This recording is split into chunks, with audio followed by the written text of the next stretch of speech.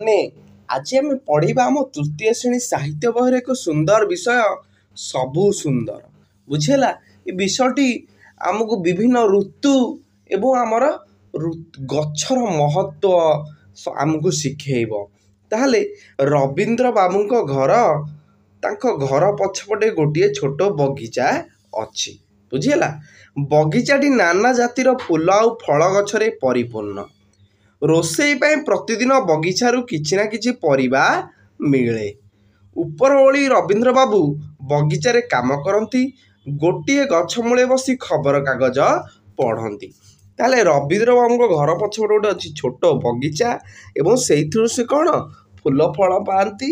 ହେଲା, ସବୁଦିନ କିଛି ଫଳ ସେଠାରୁ ଆଣିକି ଖାଆନ୍ତି। ଆଜି ହେଉଛି ରବିବାର।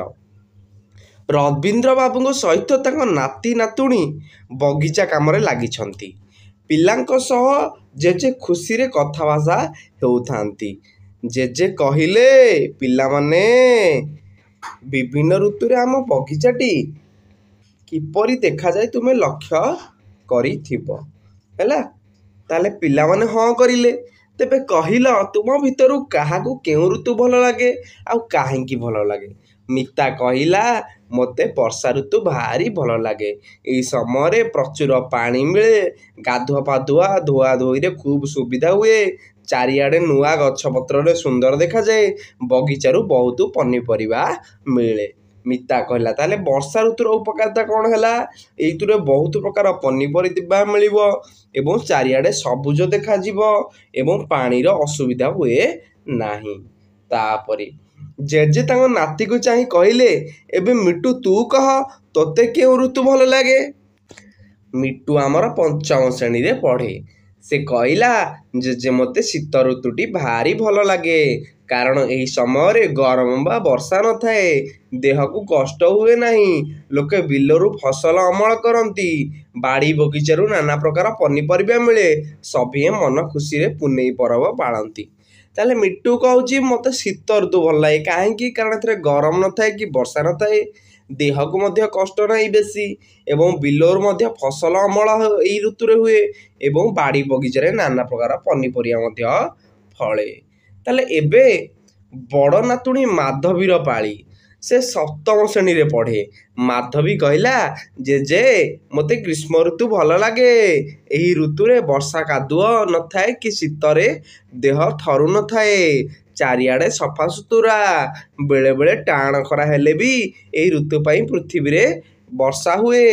ଜେଜେ ତାଙ୍କ ନାତି ନାତୁଣୀର କଥା ଶୁଣି ଖୁସି ହୋଇ ହସିଲେ। ସାନ ନାତୁଣୀ ମିତା ପଚାରିଲା, ଜେଜେ ତୁମକୁ କେଉଁ ଋତୁ ଭଲ ଲାଗେ କୁହ ନା? ଜେଜେ କହିଲେ, ମୋତେ ସବୁ ଋତୁ, ସବୁ ମାସ ଭଲ ଲାଗେ। ଯେଉଁ ଋତୁ ହେଉନା କାହିଁକି ତାହା ଆମର କିଛି ଉପକାର କରେ। ହଁ କି ନାହିଁ ପିଲାମାନେ? ମିତା ତ କହିଛି ବର୍ଷା ଋତୁ ତାକୁ କାହିଁକି ଭଲ ଲାଗେ। ତୁମେ ସବୁ ଜାଣିଛ ବର୍ଷା ଋତୁରେ କିଭଳି ପୃଥିବୀରେ ଜୀବଜନ୍ତୁ, ଗଛଲତା ଇତ୍ୟାଦି ପାଣି ପାଆନ୍ତି। ନଈ, ନାଳ, ପୋଖରୀ ଗାଡ଼ିଆ ପାଣିରେ ପୂର୍ଣ୍ଣ ହୋଇଯାଆନ୍ତି। ଚାଷବାସ ପାଇଁ ସୁବିଧା ହୁଏ। ଯେଉଁ ଅଞ୍ଚଳ ବର୍ଷା ହୁଏନି ସେ ଅଞ୍ଚଳ ମରୁଭୂମି ପାଲଟିଯାଏ।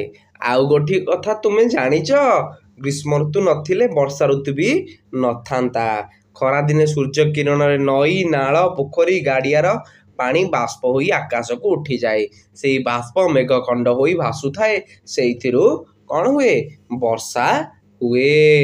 ପିଲାମାନେ ଖୁବ୍ ଆଗ୍ରହରେ ଜେଜେଙ୍କ କଥା ଶୁଣୁଥିଲେ। ଜେଜେ ପୁଣି କହିଲେ, ଖରାଦିନେ ଆମ୍ବ ପାଚେ, ପଣସ ପାଚେ, ସପୁରି ପାଚେ।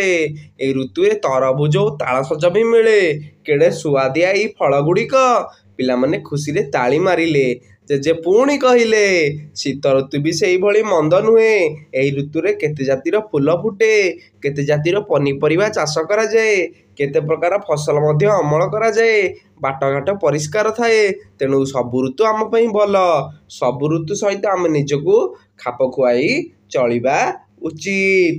ପିଲାମାନେ ଜେଜେଙ୍କ କଥା ଶୁଣିଲେ। ଜେଜେ ଆମର ଠିକ୍ କଥାଟିଏ କହିଲେ। ତାହେଲେ ଏଥିରୁ ଆମେ ଜାଣିଲେ ଯେ ସବୁ ଋତୁକୁ କ'ଣ ଆମେ ଖାପ ଖୁଆଇ ଚଳିବା। ଆମ ପାଇଁ ସବୁ ଋତୁ ଭଲ।